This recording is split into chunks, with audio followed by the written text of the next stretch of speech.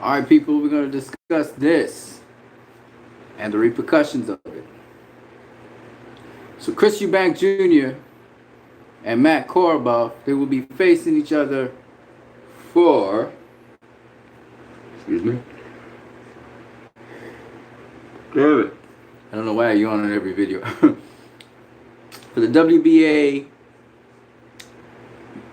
Middleweight Championship of the World, because Canelo Alvarez has vacated the title.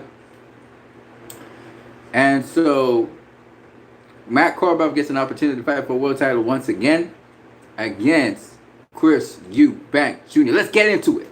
Let's talk a bit about this.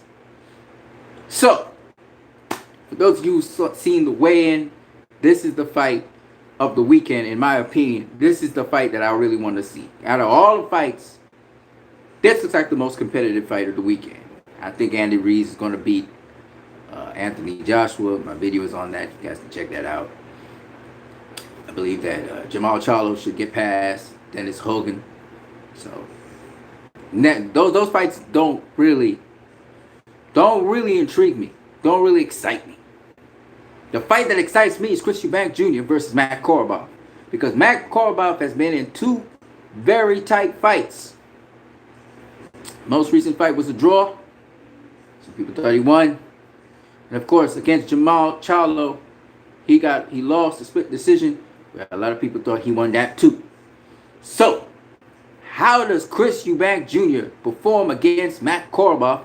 Or, shall we say, will Matt Korobov finally get to become middleweight champion of the world, having a version of the middleweight title, the WBA? This is the question. And it's a great question. So, that first and foremost is the thing. Now, I looked at the weigh-in, and Chris Eubank Jr. is a hell of a lot bigger than Matt Korobov. How do I know that?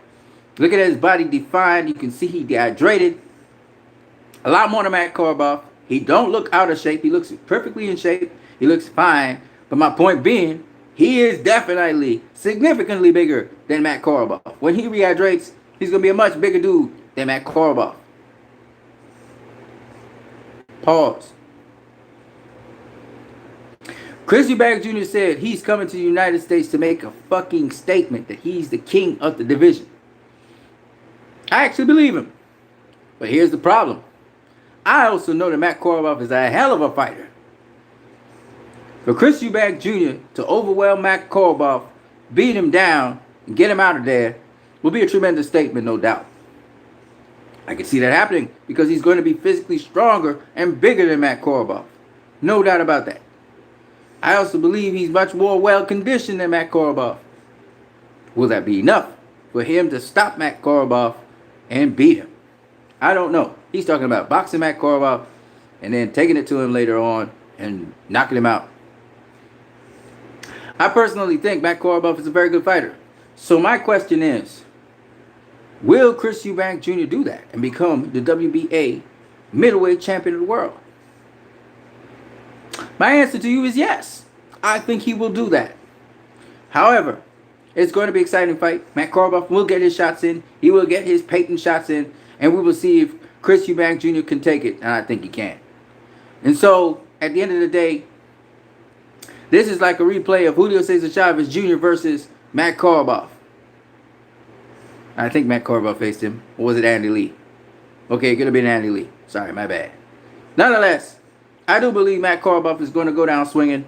I do not think he's going to quit. I don't think he's going to get knocked out of there just like that. But I do believe that this is going to be a hell of a fight. I just think that Chris Eubank Jr.'s activity is going to overwhelm Matt Korobov and his size, his strength, and his conditioning. But at the end of the day, this is not a mismatch by any chance or means. Matt Korobov is a hell of a fighter, and therefore, as much as I think Chris Eubank Jr. may do those things, I do think that Matt Korobov is going to be hitting him with choice shots all the time, all through the fight. Chris Eubank Jr. is going to get tagged up like crazy. So, the question really will be, can Matt Korobov make it to the finish line? Will Chris Eubank Jr. stop him? If Chris Eubank Jr., with all his activity, doesn't stop Matt Korobov, does Matt Korobov get the decision and the world title? Or will they give it to Chris Eubank Jr. just based on his activity, not so much his accuracy? I don't know. But we will see. Time will truly tell. And that's the fight that I wanted to talk about. Now, with respect to Canelo, obviously, Canelo is not going to come back down to middleweight. This is what it's saying. He gave up his WBA middleweight title. He now has no titles at middleweight, which means he's not coming back down to middleweight, which means, ladies and gentlemen, that he's more than likely going to be facing somebody at the 168 or 175 division. That is exciting news in a certain respect, because we're talking about guys like Dmitry Bivol, Artur Beterbiev,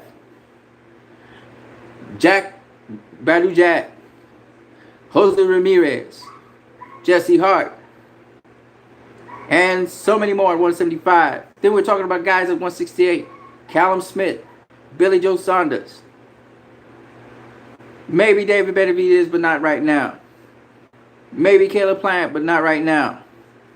That's exciting in and of itself. Then we got also in that division guys like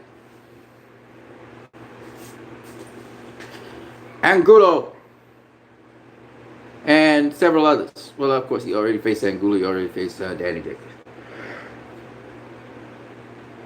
The other question is it possible that Demetrius Andrade may face Canelo at 168 next year?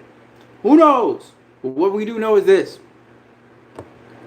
In terms of the fight game, Canelo's not coming back down to middleweight.